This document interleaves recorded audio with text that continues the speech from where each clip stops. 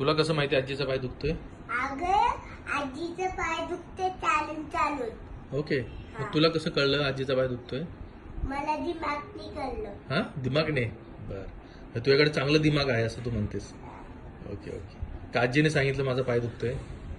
तिने सांगितलं की माझं पाय दुखते बाळा. अच्छा अच्छा अच्छा. कधी सांगितलं? स्कूल वरून जाताना. Okay okay okay. आजी आली होती.